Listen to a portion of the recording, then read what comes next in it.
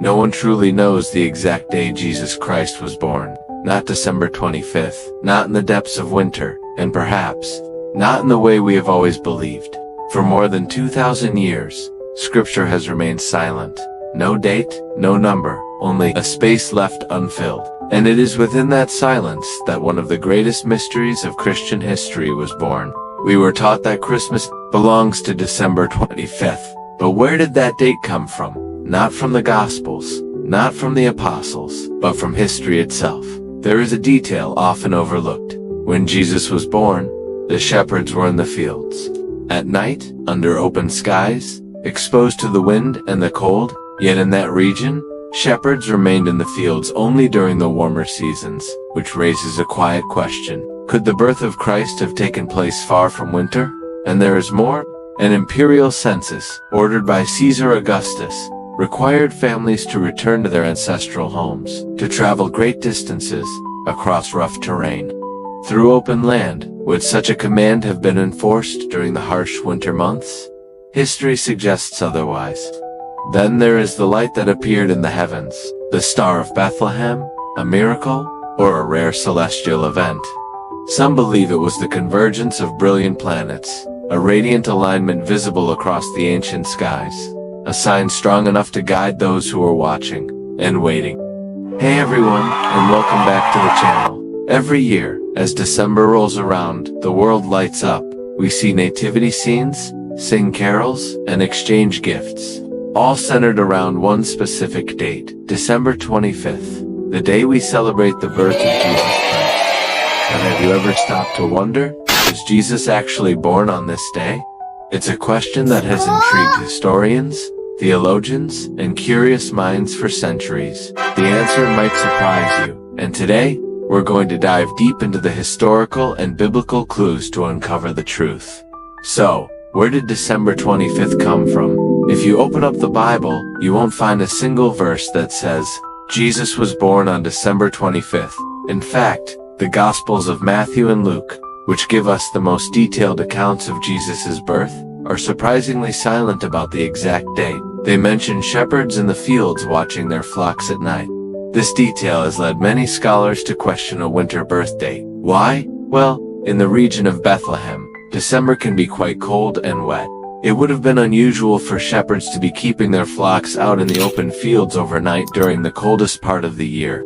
They would more likely have kept them in shelters. This little detail suggests a birth in a milder season, like spring or fall. So if the Bible doesn't specify the date, how did we land on December 25th? To find the answer, we need to travel forward in time, a few hundred years after Jesus' life. The earliest Christians actually didn't celebrate Jesus' birth at all. Their main focus was on his death and resurrection, which is what Easter is all about. It wasn't until the 3rd and 4th centuries that the church started to formally commemorate his birth. The first recorded mention of December 25th as the birth of Christ comes from a Roman almanac in the year 336 AD. Now, this is where things get really interesting. Why that specific date? There are a couple of leading theories. One very popular theory connects the date to a major Roman pagan festival called Sol Invictus, which means the unconquered sun. This festival was celebrated on December 25th, right after the winter solstice, the shortest day of the year. It was a celebration of the sun god being reborn as the days started to get longer again. The idea is that as Christianity grew within the Roman Empire, the church may have chosen this date to offer a Christian alternative to a popular pagan holiday. It was a way to redirect the celebrations towards Jesus, who is referred to in the Bible as the light of the world. It was a brilliant strategy, in a way, to make it easier for people to convert to Christianity without giving up their beloved winter festivities. Another fascinating theory is called the computation hypothesis. This one is a bit more complex, but it's based on ancient Jewish tradition. Some early Christian writers believed that great prophets died on the same date they were conceived. They had calculated that Jesus died around the time of the Passover, which is in the spring. Based on their calculations, they fixed the date of his death to March 25th.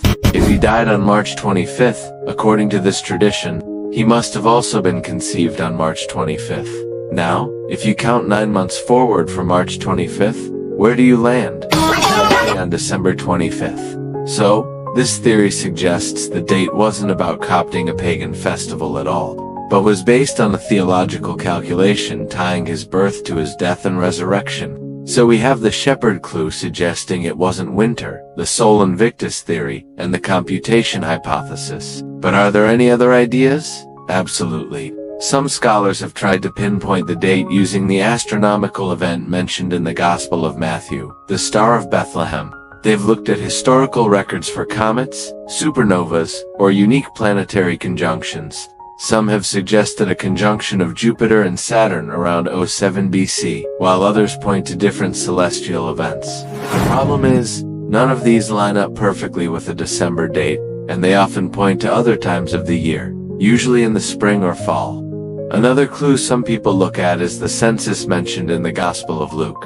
It says, a decree went out from Caesar Augustus that all the world should be registered, which is why Joseph and Mary had to travel to Bethlehem. Historians have struggled to find a record of a single, empire-wide census that would have required Joseph to travel.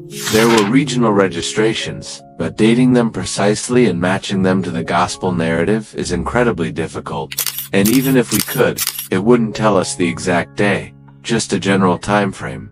So, what does all this mean? Does it matter that December 25th is probably not Jesus' actual birthday? For most Christians today, the answer is no. The exact date is not what's important. What is important is the event itself, the belief that God came to earth in human form. The date is symbolic.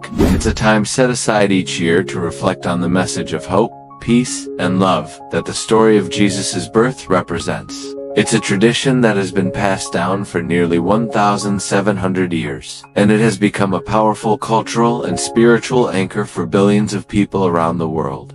Think about it like this. We celebrate our own birthdays on a specific day, but the celebration is about more than just marking another year.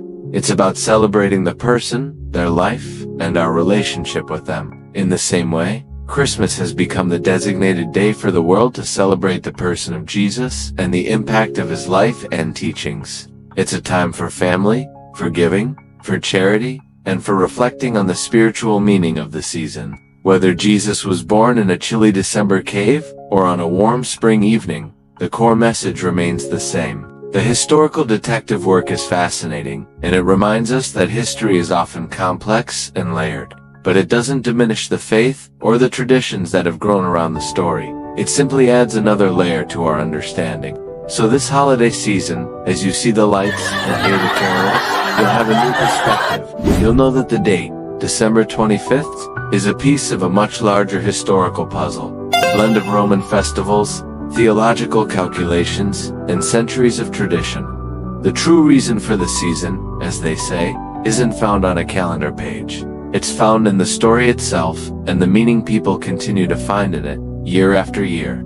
Thanks so much for watching and exploring this topic with me today. It is a great reminder that there is always more to learn about the stories we think we know so well. If you found this interesting, please give this video a thumbs up and consider subscribing for more deep dives into history and faith. I'd love to hear your thoughts in the comments below. What do you think about the origins of Christmas? Until next time, take care.